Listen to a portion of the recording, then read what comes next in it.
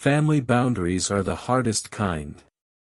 Not because the people are harder, but because the feelings involved go deeper. With a colleague, setting a limit is uncomfortable. With a friend, it is harder. But with a parent, a sibling, or a close family member, the whole thing becomes tangled with something much more complicated. Love. History. Loyalty. Obligation. The fear of being seen as cold or ungrateful. The weight of everything they have done for you. The memories of who you were to each other before you became who you are now. All of that is real. And none of it is simple. This is why most people do not set limits with family. Not because they do not know they need to, but because the cost feels too high. The guilt too heavy. The risk of losing something irreplaceable too real. But here is what is also real. The cost of not having those limits. A life lived on someone else's terms, even family's terms, slowly hollows a person out. Not dramatically. Quietly. Year by year. So let us talk about what is actually happening in families where limits are difficult or absent. And then talk about what healthy limits with family actually look like. There is a concept in psychology called enmeshment. Enmeshment is when the lines between family members are blurred. When there is so little separation between people that one person's feelings become everyone's feelings. One person's choices become everyone's business. One person's happiness or pain spreads to the whole family like weather. This is often confused with closeness. With being a tight family. With love. But real closeness requires two separate people. You cannot truly connect with someone if there is no boundary where you end and they begin. You can only merge. And merging is not intimacy. It is the loss of it. In enmeshed families, independence is treated as disloyalty. Making your own choices is seen as rejection. Having a private life feels like betrayal. Think about what this looks like in everyday life. You get a new job offer in another city. Before you can even decide how you feel about it, you are managing your family's feelings about it.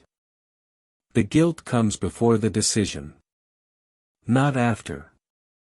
You make a choice about your relationship, your career, your lifestyle. And the first thing you do is calculate how your family will react. Not what you actually want. What they will think. You visit home and feel a familiar shrinking.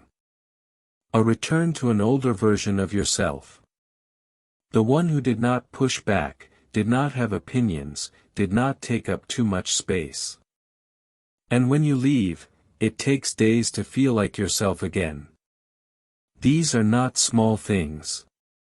They are the texture of a life shaped more by someone else's needs than your own.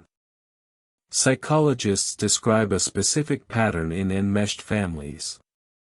Parents struggle to see their adult children as separate people. They may call many times a day.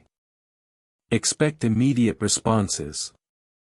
Make decisions about their children's lives. And use guilt, consciously or not, when their children show any sign of independence. The adult child feels responsible for the parent's feelings. Responsible for the parent's happiness. Responsible for holding the family together. And any attempt to step back, to have a different opinion, to make a choice that the family does not agree with, feels enormous. Like a violation of something sacred. That feeling is powerful. But it is important to understand where it comes from. It comes from the early message, absorbed long before you had the words to question it, that your belonging in this family depended on staying close. On not differentiating. On not becoming too separate. That message was not chosen. It was simply the air you breathed. And now, as an adult, the old message keeps running. Even when the situation has changed. Even when you are no longer a child whose belonging actually depends on pleasing your parents. Now there is also something important to acknowledge here. The experience of family limits is not the same across all cultures. In many Asian, Latin, Middle Eastern, and African cultures, family is not just personal. It is foundational to identity. The sense of self is collective, not individual. Your life is understood in relation to your family, your community, your role within a larger whole.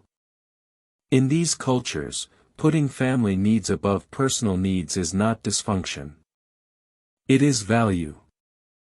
It is how love has always been expressed. It is how society holds together. This context matters. A lot. Because the Western psychological framing of boundaries can sometimes miss this. It can make something that is genuinely cultural feel like it is a problem to be fixed. It is not a problem. It is a different way of being in the world. And it has real strengths. Intergenerational support. Shared responsibility. A deep sense of belonging that many individualist cultures struggle to provide. Researchers who study collectivist families note that strong family ties, when they function well, produce genuine well-being. People feel less alone. They have a safety net. They have meaning that extends beyond the individual self. But even within collectivist frameworks, there is still such a thing as too much. Still such a thing as sacrifice that goes beyond what is healthy. Still the experience of a person disappearing into the demands of their family, losing their own voice, their own direction, their own sense of self. The question is not whether you should honor your family. You can and you should. The question is whether honoring your family requires you to stop existing as yourself. It does not. Real love, in any culture, does not require that. Now let us talk about guilt. Because family guilt is in a category of its own. When you set a limit with a colleague, you feel uncomfortable. When you set a limit with a friend, you feel anxious. When you set a limit with a parent, many people feel something closer to shame. A deep, old shame that says, I am a bad child. I am ungrateful. I am selfish. After everything they have done for me. That shame is one of the most effective tools family systems use to maintain their existing patterns. Not always consciously. Not always cruelly. But consistently. Psychologists who work with family systems describe guilt as the glue of enmeshment. It keeps the old structure in place. Because the moment someone tries to change, guilt activates. And guilt, unexamined, pulls people back. But there is a distinction worth understanding here. The distinction between true guilt and false guilt. True guilt is when you actually did something harmful. You hurt someone unfairly. You acted against your real values. That guilt is useful. It points toward repair. False guilt is when you feel guilty for doing something healthy. For having needs. For making a choice that is right for you but inconvenient for someone else. For simply being a separate person. False guilt feels identical to true guilt in the body. The tightness, the shame, the urge to fix it. But it is not the same thing. Recognizing the difference is one of the most important skills in setting family limits.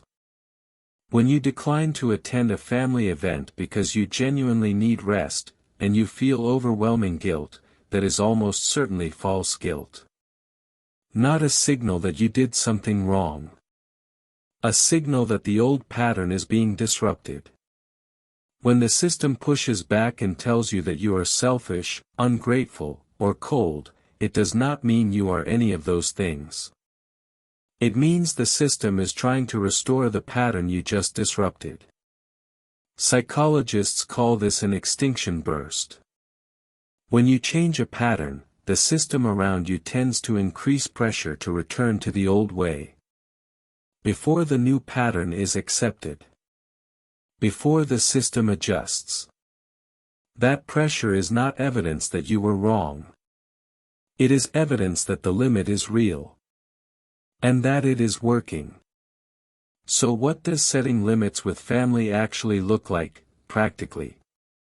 The first thing is deciding what you actually need.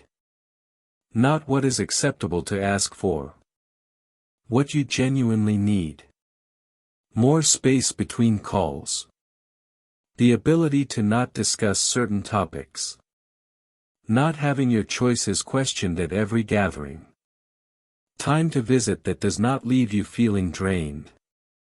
Start with one specific, concrete thing. Not a general statement about wanting more independence. One specific thing that, if it changed, would make your relationship with your family feel more sustainable. The second thing is communicating it simply. Without over-explaining. Without apologizing too much. The impulse when setting a family limit is to give a long explanation.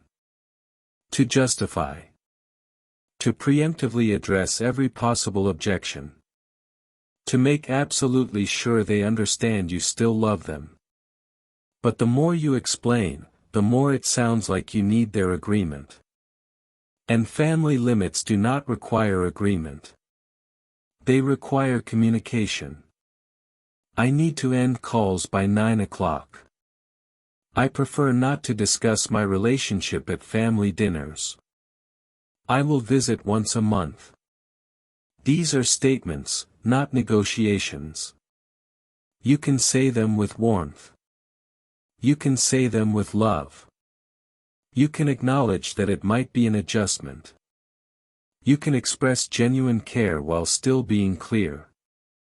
But the limit itself does not need to be justified until the other person agrees.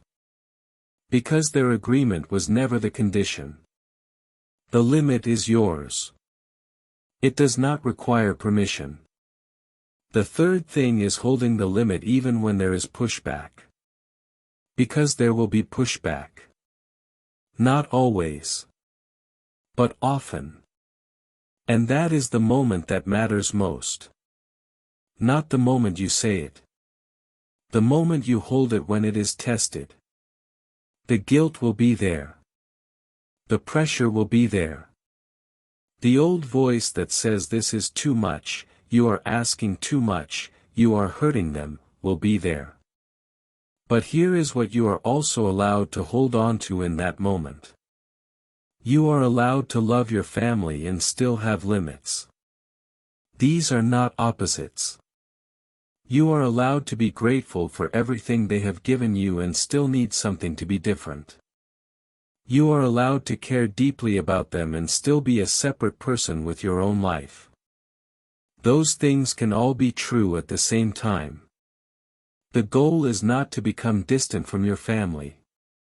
The goal is to find a way of being in relationship with them that allows both of you to be real.